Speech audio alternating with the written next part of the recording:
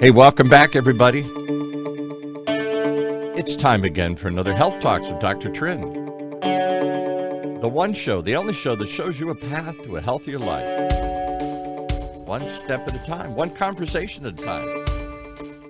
And today, well, we're bringing back some previous guests to talk about well, I can't even describe it. I'll let Dr. Trinh describe it here. Hey, doctor, where are you at, first of all, as you're wandering? Every time you come on, I think you just go around and wander buildings. I think we've got a problem here. You just pick up your camera and wander through hotels.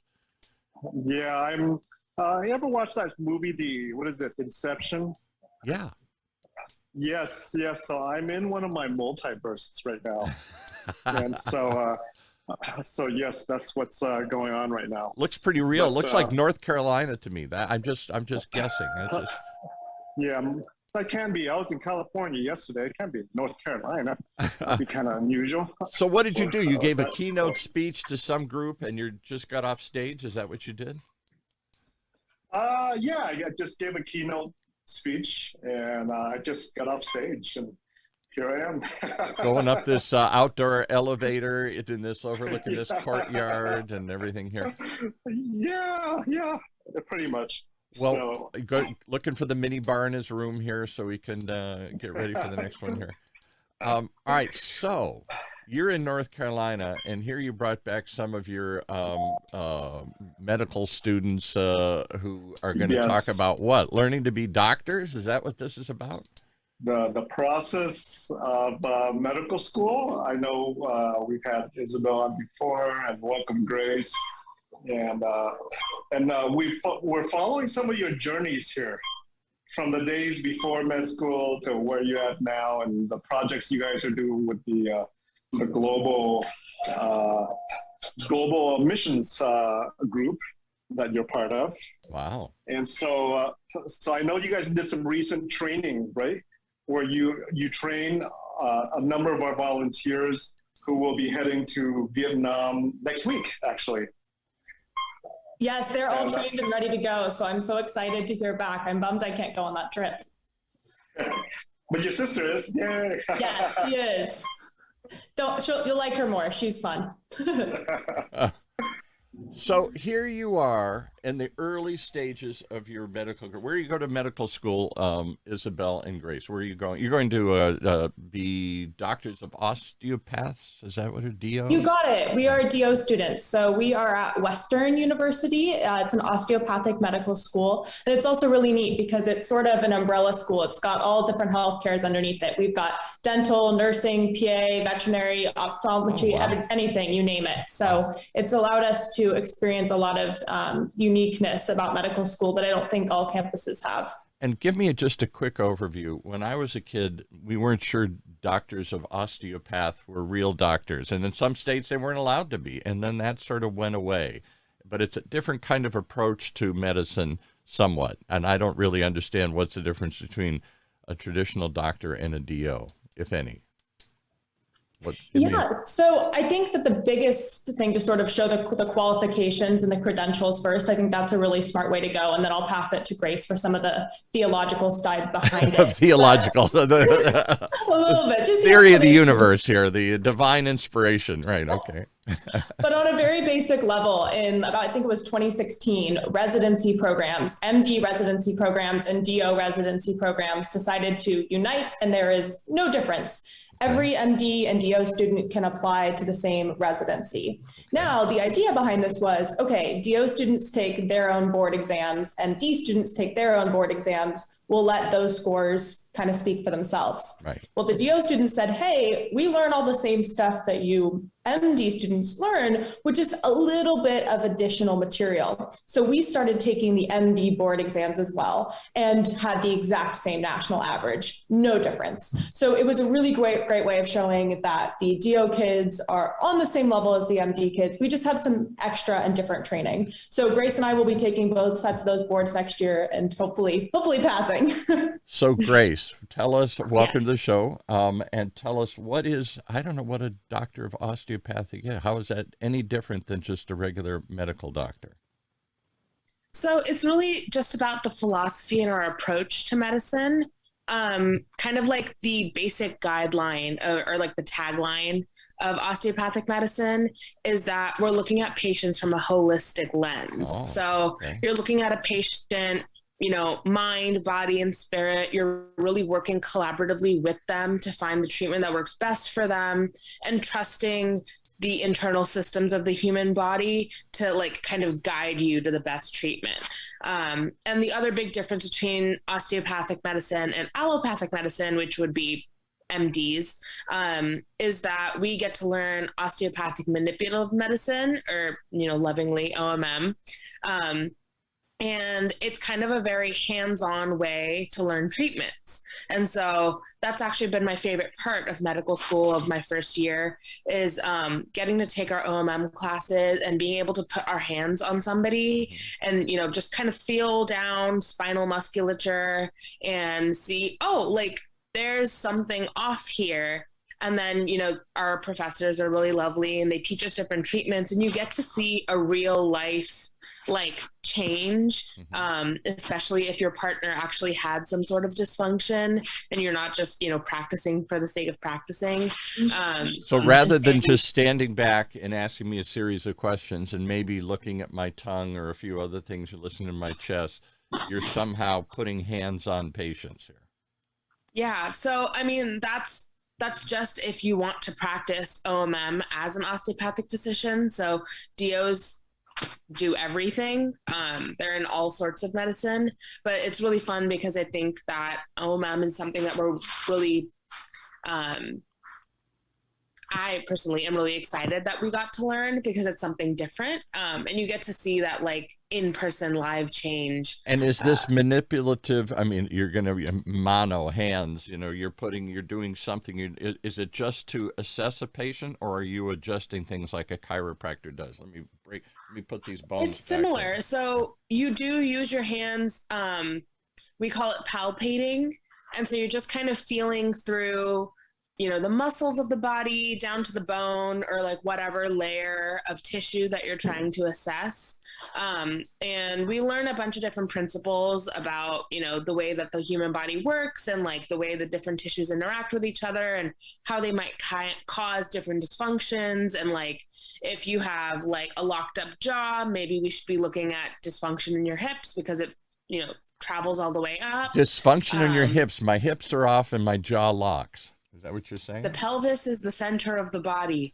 Wow. Okay. It's sort of funny if you think of it on a really basic level. When you hear jaw and pelvis being connected, that doesn't make any sense. No. But if I tell you that the center of your body that everything is sitting on is tilted, well, it's pretty easy then to realize that everything above it is tilted. Yeah. So rather than fixing my jaw, my shoulder, all these little adjustments, things that you might not even realize are up and down, if I just come to the pelvis and I encourage it back right where it wants to be, just, stretching it, then that can really help the rest of the body. And so it's not always that simple, but it's a really, really nice tool to be able to use in your toolbox before approaching medication, surgery, and all these other things. So it kind of reminds me, maybe I'm stretching here for a similarity, but it kind of reminds me of Eastern medicine and its whole focus on balance in the body, up and down, left and right, yin and yang.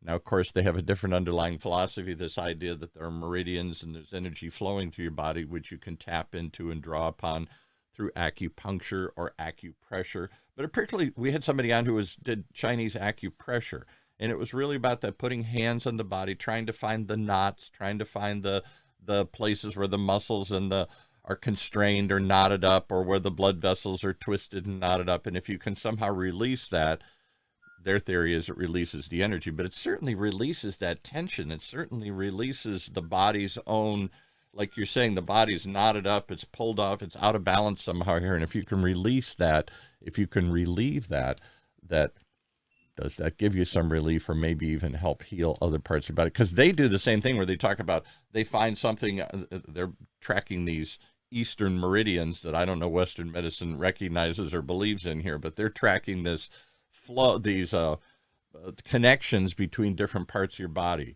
where something in your toe might be affecting, or these pressure points all over your body where you can touch this and your headache goes away or something here. What do you think about that? Any interest or fascination with that? Are we all talking about the same thing? Balance? I think that they have some definite similarities. And I worked for an MD orthopedic surgeon for years, and he used to always tell his patients, I'm not fixing you. I am putting your body into a place where it can fix itself. It has all the answers. It's just a little out of whack right now, and we need to do the surgery or give the medications to get you back on track. Right. And so this osteopathic medicine is just another layer of that. We're just helping figure out, okay, where's the body saying its problem is? Because if a person has pain, we need to pay attention to where that is. Right. But then also, how can we treat that area and then see improvement and kind of move along? So I think that the term of balance is very, very accurate. Because yeah, go ahead. Because in the traditional view, maybe I'm overstating this, of Western medicine it's a very focused thing. Show me where the pain is, and I'm going to fix that pain. I'm going to fix that broken arm. I'm going to readjust that jaw. I'm going to do something without any real thought. Well, is it just going to go back to where it was? Is there a bigger problem here than the fact that you broke your finger or your jaw is locked? Is it somehow related to some sort of imbalance in your system or some problem else in your body, your diet, your health, your mind, whatever it is? And most Western doctors, Dr. Trinh can join in if he wants to on this, they're not sort of interested in the whole picture. You came to fix this, let's put a splint on it. You got a problem with your jaw? Let's do something with your jaw here, and let's not really delve too deep into why is this happening. Is that true, Dr. Trinh? Is he out there? Oh, he dropped. Go ahead. It is true. The many physicians only have a few minutes to see their patients, and so they just address the acute problem in front of the patient without looking at the entire situation and the entire picture of what that patient is going through. And so I am definitely a fan of holistic healthcare, especially taught at DO schools that are not taught at MD schools. MD schools, they teach you to look at an organ, treat the organ, and you're done. Right. And that is it's probably why our healthcare industry is not geared toward prevention and wellness as it should be. Well, and again, if you're just treating the symptom, or if you're just treating maybe a little deeper the acute problem in front of you, my jaw hurts, so I'll give you a pill or I'll do something and I'll try and get that back. You may not solve the problem forever. You might solve it for a moment, but if there's some underlying cause, doesn't it just revert back to that same pain? The body's trying to say there's something wrong here, and it may not just be that you can put it back together. Maybe that's a symptom of something bigger going on, right, guys, here? I totally agree. And, I kind of have a little bit of personal experience with this because I hadn't heard of DOs growing up. I went to an MD pediatrician. He was great. I loved him. I had no problems. But when I got into my teenage years, I started to have some unusual health symptoms, and he really tried to help me figure them out. We brought a nurse practitioner in. I went for a few appointments, and I just kept on saying, I'm really tired. I'm just tired, and I don't know what's going on. And eventually he recommended I go to a DO. He said, they might have a little bit more of an idea of the whole you. After tons and tons of appointments, I went in with the DO, and 15 minutes in, she said, stand up. So I stood up, and she started looking at me, and she goes, oh, you're hyperextended. And I was like, yeah, I've always been hyperextended. I'm a ballerina. I don't know. And she goes, you have.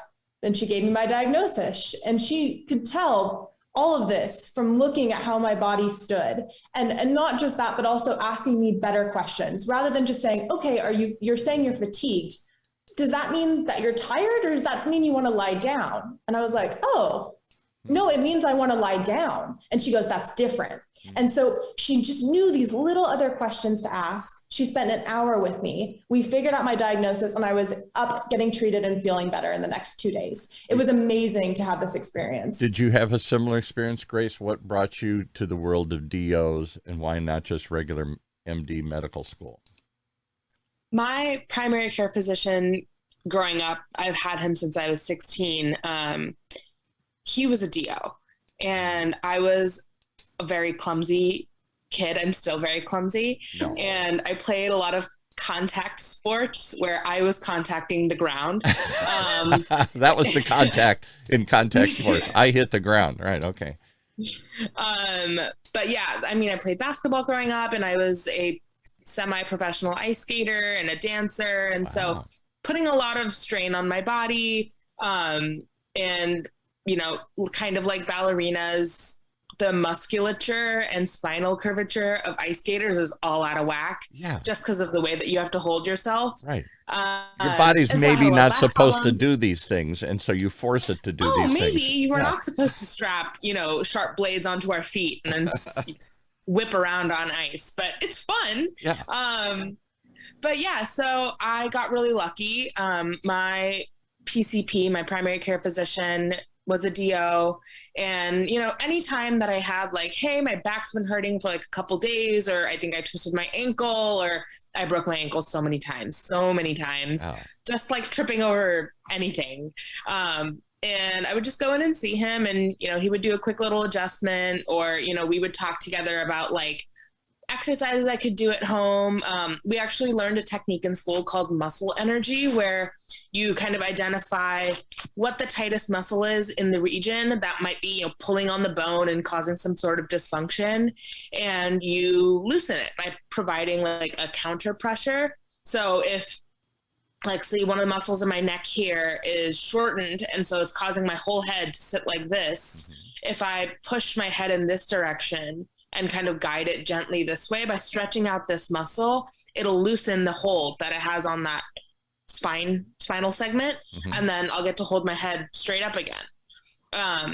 So let me stop you there, and I'm see if Dr. Trin's still listening. Are muscles important in how your body performs? We pull muscles, we stretch muscles, we push muscles to the brink of breaking all the time in modern society. We run, we hike, we bike, we do bizarre things like stand on the tip of your toes and be a ballerina, or stand on a little tiny blade and balance on this thing here. We do all these strange things that are always stretching our muscles, and we somehow think, well, I'm just going to relax. I'll just, the muscle will recover. And you're saying, what I think I'm hearing is the muscle can throw other things out of whack. It can cause other pains and other problems here. Yeah. Absolutely. Every part of our body is interdependent on each other. And it's all connected, from muscles to ligaments to tendons to movement to circulation. So no organ group is independent or isolated or work in a silo. So if I stretch or break this muscle, I can't just say, well, that'll heal. I pulled a muscle. I hear people all the time. I do it all the time. I pulled a muscle. And you just think that's just like nothing. I scratched my finger. I did something. I just got to rest it and relax it, and it'll all go back. I never think about its impact on my body. Right. So are you a doctor of osteopath, Dr. Trinh? I've never asked you. Or are you just a regular MD, regular old MD here? I'm just a crazy doc. Well, we know that. You just wander the halls quirky with your camera. Yeah. Oh, yeah. Yeah, I'm an MD, but I am envious of the DO training that I didn't have.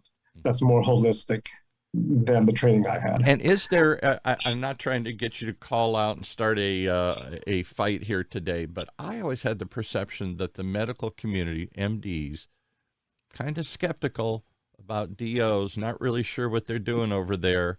Isabel said she was referred to one. Yeah. Not at all. There is no difference. Outside of the training, we have in our medical group, MDs, DOs, and I don't know who's an MD or who's a DO, and it doesn't matter. Everyone took the same board, graduated, went through the same residency program, went through the same specialty program. It's just different initials, but yeah. Different with a more holistic approach. So now you talk about all the time, Dr. Trinh, the problems in the medical care system. We could go endlessly on this topic. We have. And one of the problems is in a a fee for service model, you pay for just come in and fix something. It's an assembly line. So you're a car mechanic. You're trying to get as many cars through the shop as you can, and you're trying to fix them as quick as you can. But to take a holistic approach, like Isabel suggests, her DO did, doesn't it take more time to figure it out rather than just, oh, that's the problem. Your muscle is tight. Okay, well, here's a fix. Next. It's funny, you have to look at it as, is it taking more time in one appointment or is it reducing the number of appointments that that patient has? Wow, you're a good spokesman for the cause here. Absolutely. Absolutely. So talk about that, Dr. Trinh. The emphasis is on speed. It's on numbers. It's on volume. It's about keeping the cost down and maximizing your practice and seeing how many patients you can see through. The doctor wants to see as many because they get more fees that way. And the medical insurance wants you to spend less time because it costs less time per individual visit. And yet maybe it's short-sighted. What do you think, Dr. Trinh? It is. Our system, or at least the bulk of our system throughout the country, I wouldn't say the entire system, the bulk of our system is designed and geared toward illness and sickness as opposed to health and wellness. Right. And because of that, the payment system is also aligned to pay physicians to treat illness and sickness as opposed to prevention and wellness. But this is actually a problem because if we don't put enough resources at the front on wellness and prevention, you're just going to pay more later. Right. For that same patient who ends up in the ER in the hospital with multiple conditions that were never prevented because the resources were never, and if you don't spend enough time in those initial visits to get the full picture, to Isabel's not point, enough time. Don't you just increase the number of times I got to come back? I still hurt. It's still a problem, Doc. It didn't work. This is why MD-DAO exists. Yeah, that's what I was going to get to here. So talk about that a little bit. We're going to put the girls on hold for just a second. Maybe they'd be interested to know this. You're doing this crazy thing called MD-DAO, which is all in the metaverse here, this virtual world. And it's not just a place where people can gather and share information and stories. It's your aspiration is to somehow create an alternative healthcare model where patients can see doctors round the clock through virtual monitors, and things can happen in virtual space that there isn't time to do in actual space or something. Talk about that a little bit, because you just had a what did you call it, conference, and you brought a bunch of people together, and the purpose of the conference is what's wrong with the medical care system. Let's start there. Yes, we just had our virtual health summit last Saturday. And essentially, we brought on about 25 speakers from different academic institutions and professors and things of that sort, as well as a bunch of entrepreneurs in the space of health and wellness, right, and in the space of technology that relates to health. And it was really a brainstorming session. We wanted to just brainstorm and discuss our current situation in healthcare, the current healthcare delivery model, the current barriers that a patient goes through when trying to get their healthcare needs met. And the current outcomes. Are we happy with the way it works? Right. Yeah. And the current outcomes. And so, so MD-DAO is all about looking for ways to reimagine how healthcare should look like, right, with the viewpoint of the patient, the viewpoint of the physician, more of a village approach to healthcare as opposed to an approach from a top MBA executive crunching the numbers. And it's not just a place, I always picture online as big forums, like this conference. We get together, we discuss, we explore, we brainstorm. But I still got to go into somebody's office to put the hands on, to have them look at me, to get the pill, to get the prescription, to get whatever, to get the delivery of the service. MD-DAO's actually even radically saying maybe some of this can be off-sourced, like monitoring remotely and other sorts of things here. What do you think? Yeah, remote patient monitoring is already live now the last few years. Remote therapeutic monitoring compliance with medications. Telemedicine obviously is going to be a big part of this. How can you provide care that's more efficient, more effective, with less wait times for patients? How do you cut the waste out of the system? And so that's the goal. And maybe more interaction, not just with the doctor, but with the community, with everybody. With the team. With the team, yeah. Exactly. With the team. All right, so here you got some young, eager beavers, young team members here. What strikes me every time Isabel comes on, or any people come on like this, how enthusiastic, how hopeful you are. We bring the older doctors on, they're cynical, they're burned out. You know, I'm quitting. It's too much paperwork. I don't like this system. I mean, there's a lot of doctors dropping out these days here. You guys are at the other end, enthusiastic and hopeful. How do you feel about all these innovative models? You're in a DO school, for Pete's sake, so you're looking at a holistic approach. Do they ever talk about the whole way the healthcare system works and not just the way your body works? I'll say Grace first. She's nodding the hardest here. Right. What do you think?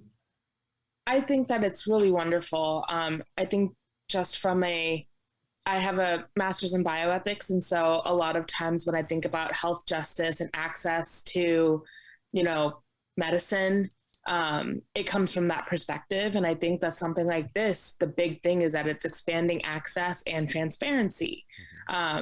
And just the ability for patients to get answers that make more sense to them without being bopped around to a bunch of doctors and having to repeat themselves over and over and over again. Right. Having continuity is really, really lovely. And it kind of cuts out all of the static, if that makes sense. And I think that that's really, really important.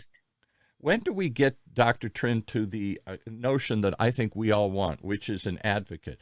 I go, and if I'm a business owner, which I am, I hire a business consultant. I have somebody, if I have a marketing manager, they overlook a whole team of advertising and public relations and social media and stuff, and they come up with a strategy to integrate all this stuff, as opposed to what I feel like I get in medicine, which is a bunch of specialists. My doctor says, you need to see a specialist for this. And the minute I go there, they don't know me. They got to get up to speed on who I am. I got to repeat the problem all over again. And even crazier, when something happens, I go back and see my primary, and that my primary has a tendency to say, what did they say? What did they do? I'm like, I thought you were in charge of this team here. I got to tell you what little I understand of what they told me here. Why aren't you guys communicating? Where's the quarterback running the team here? Dr. Trinh, where's the quarterback in the medical care system? It's supposed to be the primary physician. The quarterback should be the primary care physician. The problem is there isn't enough to go around. It's just that. There's not enough time, not enough money to go around here. And there's not enough doctors to go around. To quarterback everything, as far as enough primary care physician going around either. So, So the care should be, the patient should be at the center of our care. Right. The patient should not be a pawn that's kind of pushed around the system, which happens, unfortunately, way too often. But care right now is fragmented. Very fragmented. You go to the hospital, you leave the hospital, and your doctor has no clue what's going on. Amen. My late father died a number of years ago, but he would go in all these problems and serious problems, heart problems and cancers and stuff here. And then I'd go with him to see his primary care, or I'd call up his primary care, and he said, what'd they say? What'd they do? I'm like, I got to tell you, I don't understand what they say or did. You're asking me to be the translator and to pass this on? Why don't you do it? Oh, no, I can't talk to them, or I'm not admitted at that hospital, or once they go in the hospital, I'm cut out of the loop here. I thought, that's insane. That's absolutely insane. It is, but it's what current reality is today. Yes. So in a holistic approach, if we all adopt this DO approach, wouldn't things change? What do you think, Isabel? Are you revolutionaries? Are you bringing change to the world here?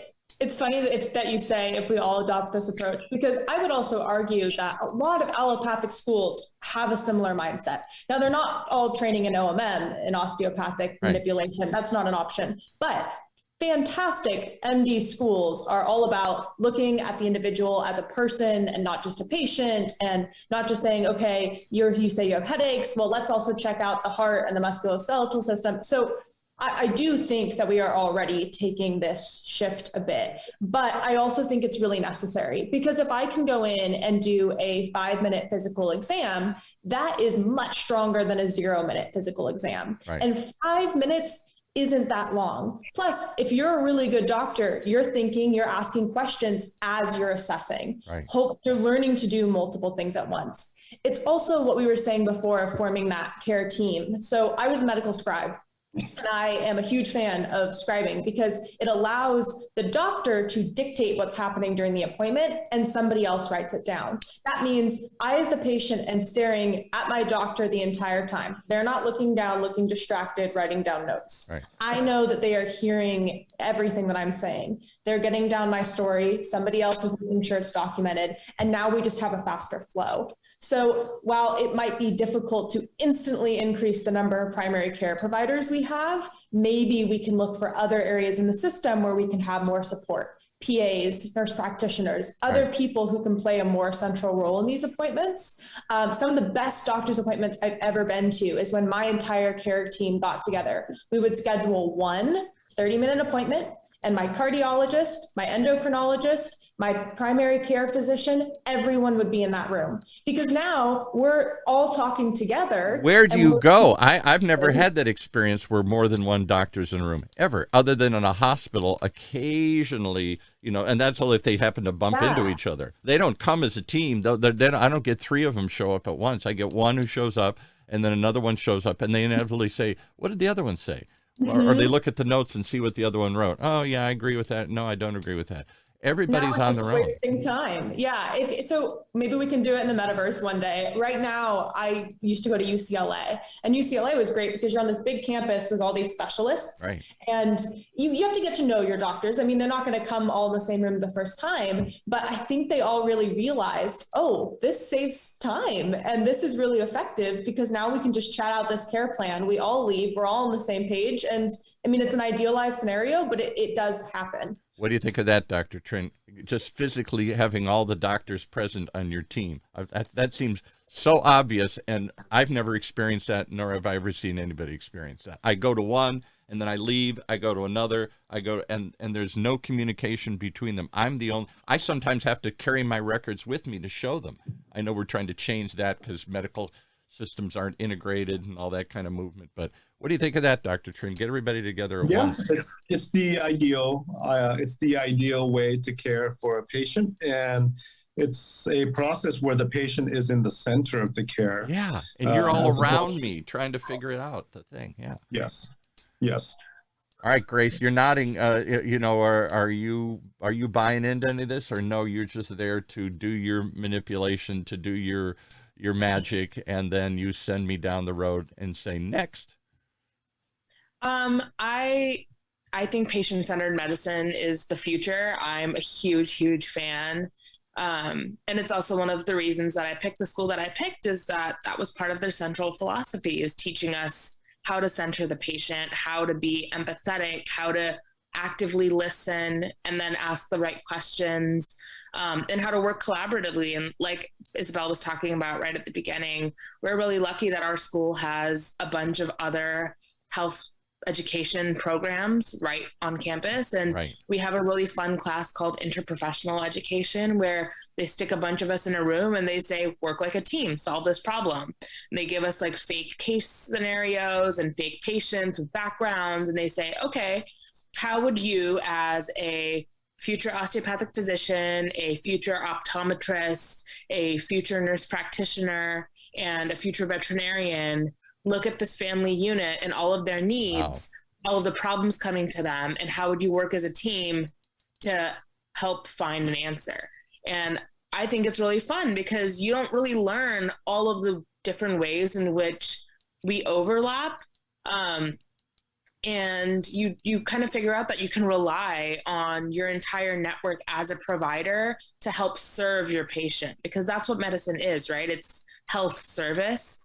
And I think people tend to lose sight of that sometimes, because the patient is at the center of it. Without patients, we wouldn't have jobs. And so it makes the most sense to put them in the middle. But doesn't somebody still, I'll go back to my quarterback analogies, doesn't somebody still have to to work to pull the team together and say, what do you think? What do you think? No, I'm not sure I'd like that. Well, I want to hear more about you. Sort of like I have this image you always see on TV when you're all interning somewhere at some hospital, and a little group of little ducks follows the mama duck around, and then the mama duck or the papa duck says, all right, here's this patient.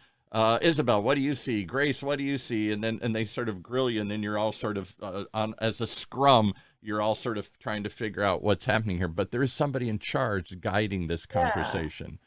So they give us a really cool tool to use. And they say, you know, when you walk in, when you're outside the OR room, you want to be friends with everyone. When you're outside the operating room, even though you might be the surgeon, you want to make everybody feel comfortable. So you're all chatting, but as soon as you walk in that operating room, if you are the surgeon, you are in charge, because there is a patient's life in front of you. And this is not a place to be saying, oh, would you like to try? No, go ahead, I'll try. You know, it's not that environment. So what they say is, when you walk in, you say, hi, my name's Isabel, not Dr. Tweet. You level that playing field and you say, make the people comfortable with you. That way, if there's a problem in the care that you're delivering, if somebody in the room suspects that there's an issue with the surgery, they don't feel intimidated to point it out to the doctor. And they say, hey, Isabel, I think that this isn't going right. And now we have a team that's more comfortable working together and calling out these errors, preventing mistakes, but you still have a lead in the middle. You still have that surgeon. I had to laugh too, because Grace was talking about how we don't know where our jobs overlap. And I think that's one of the huge problems. How do you know who's in charge if you don't even know what every person on your team can do? So sometimes it's a little bit humiliating, but in these interprofessional classes, they'll say, okay, Isabel, we know you're used to pretending to being the osteopathic physician here, but I want you to pretend that you are the nurse. What do you think you're allowed to do? And you're like, oh, well, I've always made a lot of assumptions, but I don't actually know what I can do. Interesting. So you're playing. We'll play out the football analogy here.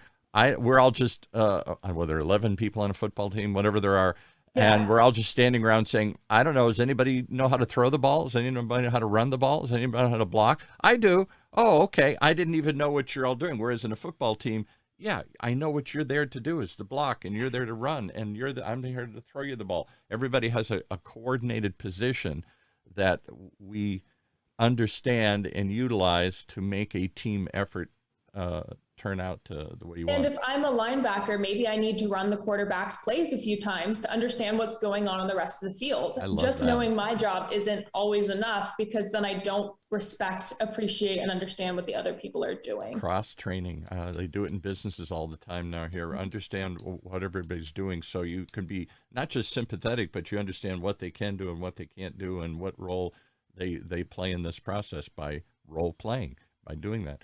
All right, so the whole purpose of the show, we went way down the rabbit hole to get back to what you guys wanted to talk about, which is this idea of patient practicing. I don't know what you call it again here, patient encounters or something here. Yeah, so we do these things, they're called standardized or practice patient encounters. And it's really neat opportunity for medical students to practice their clinical skills with an actor. So these are either retired or existing actors. They're paid around $35,000 a year, and they come to our campus, they sit in a clinical room, and sometimes it's easy. They have a bruise on their knee and we have to tell them how to treat that.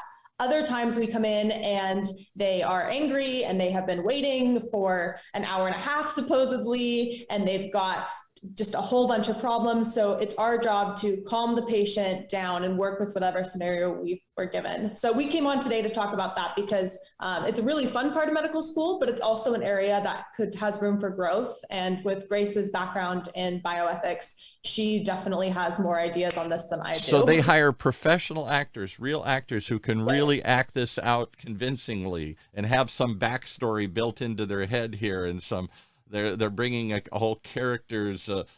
It's not just repeating the lines. There's a whole story within their performance here, and you have to dig it out. Right. Yeah. All right, Grace, what do you think? I had no idea they did that. What a cool idea. I want to be one of those actors. I'd be good at that. Pay me to come and pretend to and see if you can figure out what my problem is. What do you think of that, Grace? I think SPs are really what kind of drive home the fact that we're learning how to be doctors, because sometimes it's really easy to get lost in the sauce, especially as a first-year medical student. we're focusing so much on like the tiny little details and learning body systems and all of that, that you kind of forget the reason, right? And we're really excited that we get access to standardized patients, because you get to practice walking into a room, introducing yourself, and learning how to take a patient history effectively and completely, asking all of the questions. The patient comes in and they say, oh, I've been having headaches and I keep waking up in the middle of the night. And immediately my brain goes, okay, this could be literally anything. Right. But if I can ask a couple targeted questions and kind of get the patient to talk more about their experience, maybe I can streamline this and say, okay, is this a neuro issue? Is this just a bodily fatigue issue? Do they maybe have a heart problem that's causing sleep apnea? And, there's a bunch of different routes that you could take, but you don't get to practice that like way of thinking about things until you're in the room and actually doing it.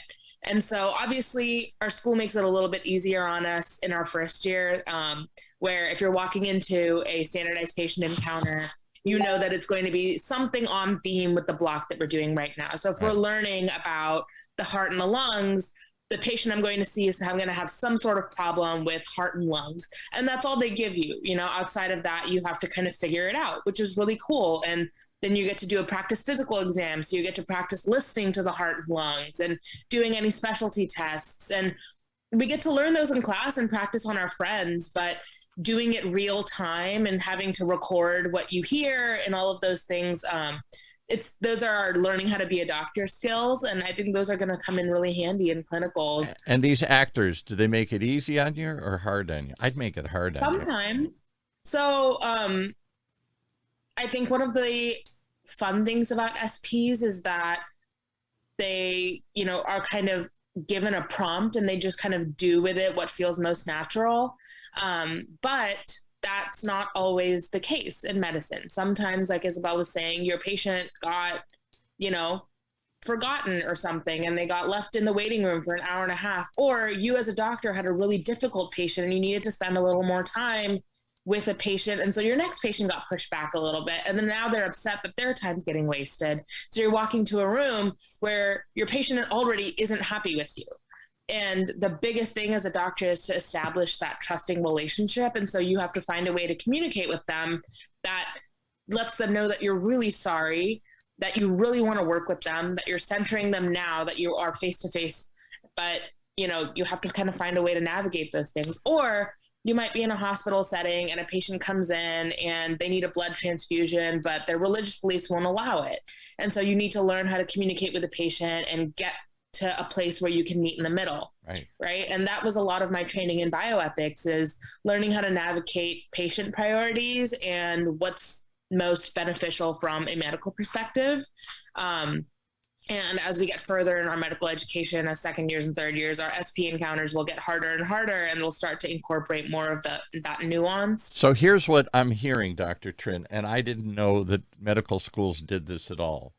It's good old-fashioned interpersonal skills. It's good old-fashioned, what I learned in law school, asking right questions. Or we do a show on the network. Here's another strange comparison with a sales executive. This guy's 40-year sales leader, major corporations, Semantic, and all this other stuff. And he said it comes down to listening and asking the right questions. And he gives examples all the time in his own career or other salespeople, high-powered salespeople who fail to ask the right question and therefore don't get the order, don't find the core problem, don't understand what the customer needs. And everybody walks on and says, wasn't he listening?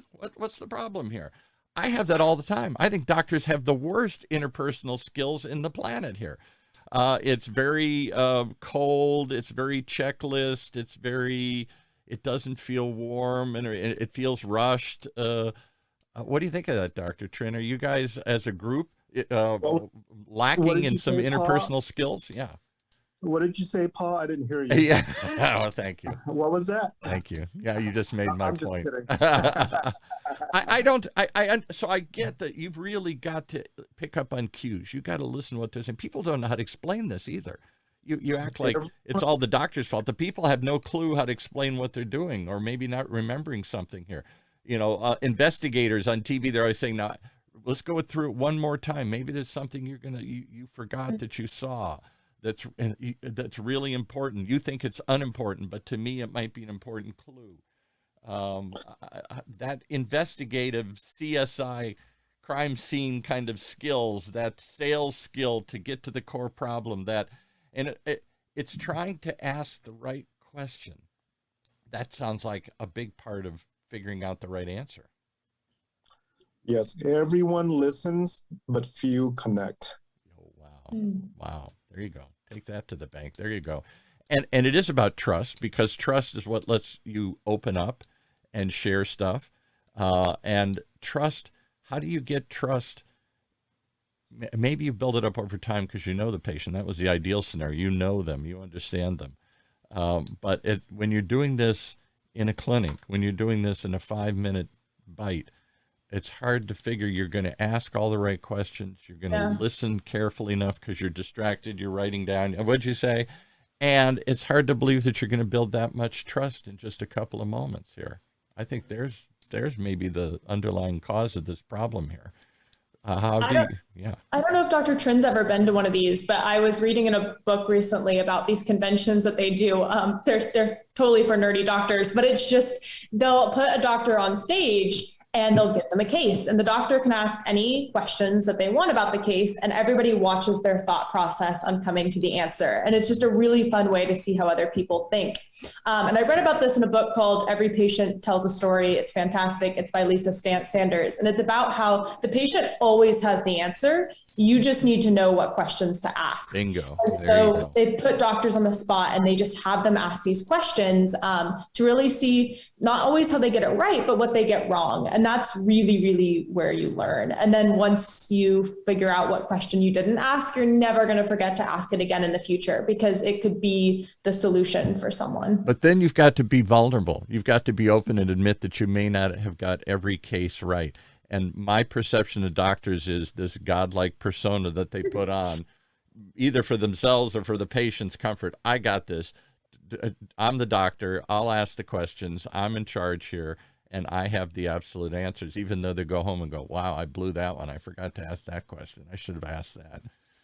Well, to a degree, I think that you kind of need that, right? If you're walking into a room as a patient, your health has been weird, you're a little confused, you're a little scared. You want to know that your doctor is confident that they can help you, right? So to some degree, you as a physician need to have that confidence in leading the patient encounter. But I think that's also a really important thing about having standardized patient encounters as medical students is that we get graded, and we get graded not only on being able to find the answer and document it accurately and do all the tests that we needed to do to get to that answer and ask all the questions, but we also get graded on our interpersonal skills. We have a whole rubric about empathy and how the patients felt, how they felt that we connected with them, whether they felt like we let the floor be open for collaboration, right, whether they would come back and see us again. And we get a little bit of time, after we go back and write up our notes about the encounter. We get to come back and talk to the actor that we worked with and ask them questions and say, hey, like, how did that feel to you? Or, they'll give us feedback and say, I really like the way you did this, this, and this, but word this differently. Or do you see how you could ask this question to kind of pull more information out of me without it being so probing? Or, I really appreciate that you humanized yourself and, we laughed a little bit and right, it made me feel more comfortable around you. And so you just get to learn little things about how to make your patient comfortable while still, getting to the answer. So Dr. Trinh, you got some young, eager doctors here who very idealistic, want to save the world, believe they can. And then somewhere along the way, our perception is a lot of these medical students are going to get burned out, tired, cynical, stop listening. I hope, maybe not, but even stop caring. Next. What's that moment that you should check yourself, Dr. Trinh? When does it time to reevaluate, to rediscover some of this joy, this youthful exuberance that they exhibit here today? When does that get ground out of you? if it does. Maybe I'm overstating this, but it seems like with the number of doctors quitting and giving up and whatnot, that's real. When the time to refresh yourself, right, and to kind of reset the reason why you went into medicine is to hop on a trip with tongue out to the third world country. There you go. To There's the answer. It's right in front of us. Yeah. Take care of those who can't pay you, and to take care of those with all the logistic red tape of the healthcare system. I like that. All right. Well, then there's the answer. Well, thank you, girls, for coming on today here. I got to cut it a few minutes short because I got another show coming on here. Tell us again the school you go to, and when do you graduate, and when do you start the next round of internships, and how many years it's going to take you before you're actually going to see patients in your own office here. We'll start with Isabel. Where are you going, and what's the journey ahead look like? Going into my second year at Western University. It's also called College of Osteopathic Medicine of the Pacific. So long name, but I'll give it a plug here. We have one more year of in-person classroom learning, and then we will be thrown into clinicals, hopefully with Dr. Trinh, and follow around doctors to really find our passion. From there on, you've got 2 years of that. So we'll be graduating in 2025. And then your pathway really depends on what specialty you want to go into. So I'm looking at right now 3 years of emergency medicine training, and then 2 years of an aerospace fellowship. And I'll let Grace say what she's looking at for the future. Aerospace fellowship. All right, that'd be worth a conversation in itself. All right, Grace, you were billed as the brainy one in the group here by your fellow cohort here. She said, "Oh, talk to Grace. She's really the brainy one." So, and you impressed me before you even started medical school. You got an MA. You got a master's degree in bioethics. So. All right. Wow. You're dedicated to learning here. Where are you going? I have always had an interest in reproductive justice, and that was one of my focuses in my biomedical ethics education. A hot topic in the next couple of weeks here as we wait for the Supreme Court's ruling. Yes. Right. But I think I want to go to obstetrics and gynecology, so women care, potentially fertility care, and so it's a long road ahead of me. But I'm excited. I think I've kind of found what will keep me passionate and entertained, and that's all you can really ask for. And that's the key. Passionate and entertained, curious. I'll put it, instead of entertained, I'll say curious, always wanting to learn more and always passionate about what you're doing. You two both exhibit those qualities. I hope you never lose them. Thank you, Dr. Trinh, for bringing these two passionate, caring, and curious people onto the show here today. They're awesome. We'll have you guys come back again soon. And thanks for having us. All right. Thanks so much. And we'll keep checking in with the journey as you go through this. Do you ever get to the point where you're starting to get burned out, cynical? Talk to Dr. Trinh, go on a tongue out thing, and find that passion and curiosity again here, that purpose. Bye, guys. All right. Take care. All right. Bye, everyone. Bye.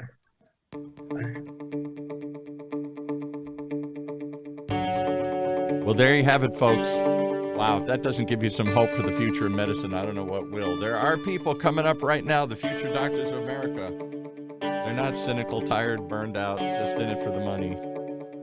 They really want to make a difference. They have a passion, a curiosity, and a care, a commitment, a calling. We hope that you're called to tune in again as we explore more of what it takes to live a healthy life.